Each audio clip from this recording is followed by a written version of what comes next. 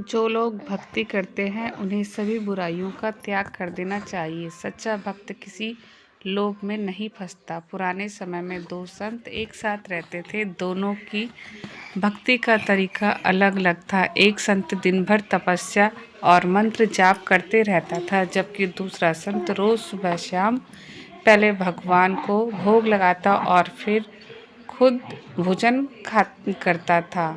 एक दिन दोनों के बीच झगड़ा होने लगा कि बड़ा संत कौन है। इस दौरान वहां नारद मुनि पहुंच गए।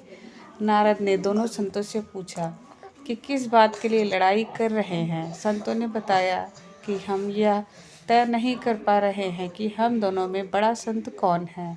नारद ने कहा, ये तो छोटी सी बात है, इसका फैसला मैं कल कर दूंगा। अगले दिन नारद मुनि ने मंदिर में दोनों संतों की जगह के पास हीरे की एक एक अंगूठी रख दी। पहले तप करने वाला संत वहां पहुंचा। उसने एक अंगूठी देखी और चुपचाप उसने अपने आसन के नीचे छुपाकर मंत्र जाप करने लगा। कुछ देर में वहां दूसरा संत भगवान को भोग लगाने के लिए पहुंचा।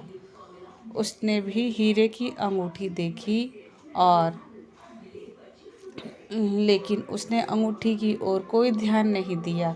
भगवान को भोग लगाया और खाना खाने लगा। उसने अंगूठी नहीं उठाई। उसके मन में लालच नहीं जागा, क्योंकि उसे भरोसा था कि भगवान रोज उसके लिए खाने की व्यवस्था जरूर करेंगे। कुछ देर के बाद वहाँ नारद जी आ गए। दोनों संतों ने पूछा कि अब आप बताइए कि हम दोनों में बड़ा संत कौन है।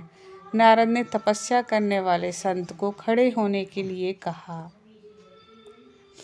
जैसे ही वह संत खड़ा हुआ तो उसके आसन के नीचे छिपी हुई अंगूठी दिखाई दे गई।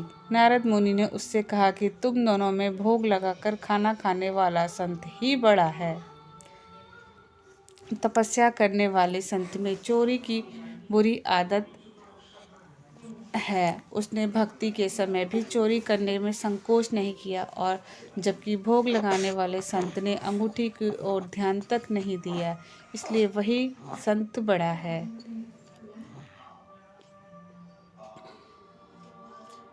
इस कहानी से हमें यह शिक्षा मिलती है कि भक्ति तभी सफल होती है जब भक्त के मन में बुरे विचार ना हो, भक्त बुरे कर्म ना करता हो। जिस भक्त के विचार पवित्र हैं और जो बुरे कर्मों से दूर रहता है, उसे ही सिर्फ भगवान की कृपा प्राप्त होती है।